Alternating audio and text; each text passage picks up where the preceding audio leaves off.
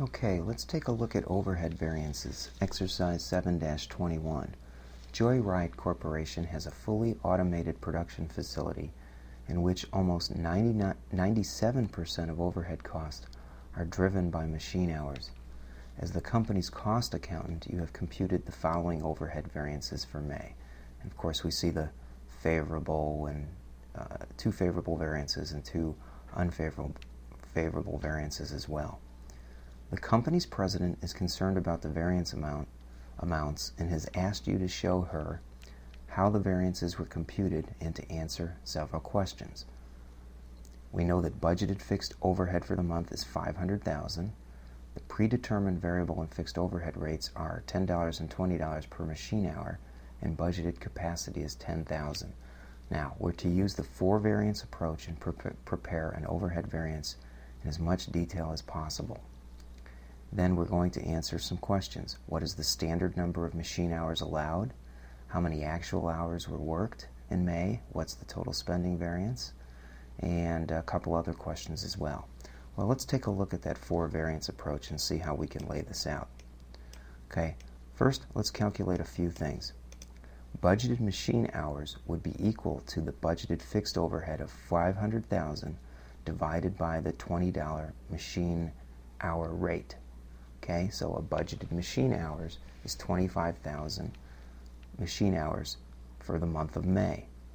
The actual machine hours would be 224,000 divided by $10, or 22,440 machine hours. And machine hours applied are 490,000 divided by 20. Let's see how we calculate all of these.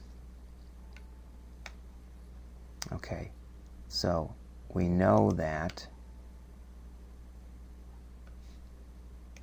the variable overhead efficiency variance was $20,600 favorable.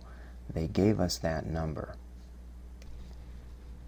Now they also told us that the fixed overhead volume variance was $10,000 unfavorable.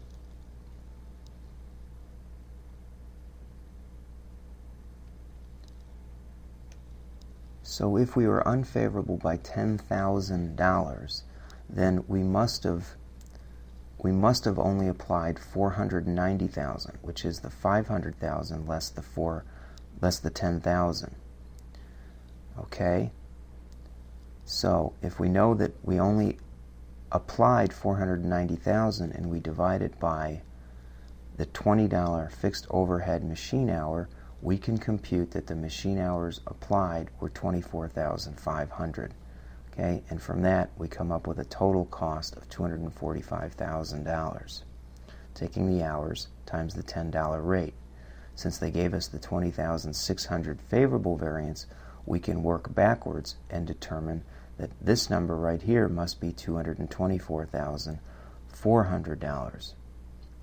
We also know that variable overhead is applied at a $10 amount, so we drop in the $10 and we force the 22,440 number that gets us the actual machine hours. So pretty much the way they presented this problem, you have to understand all the relationships, drop in what you know, and then see if you can solve for the unknown.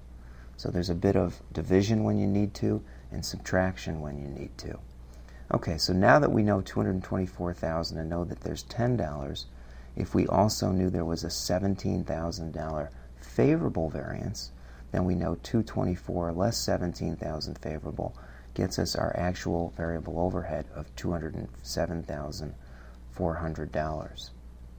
Okay, so from this we can determine all of the information we need, how many actual hours were worked, what's the total spending variance, which is the sum of the 17,000, right? Then we also need to combine them to come up with the total variable overhead variance, which is 37,600. Let's see what else we could use here. All right, that takes care of our variable overhead scenario. Now, we can also take a look at the fixed and work the same way. The 490,000 was the applied because of the $10,000 fixed overhead volume variance. Divided by the 20, we get the fixed overhead component, right? The 10,000 Variance takes us to a budgeted factory overhead amount of $500,000. They tell us there was $14,000 fixed variable spending variance, so 500 less 14 tells us that we must have incurred fixed overhead of $514,000. Combine those two fixed variable overhead factors and we come up with $24,000 unfavorable for fixed variable overhead. Okay? So standard machine hours was 25,000 divided by 10,000, or 2.5 machine hours per unit.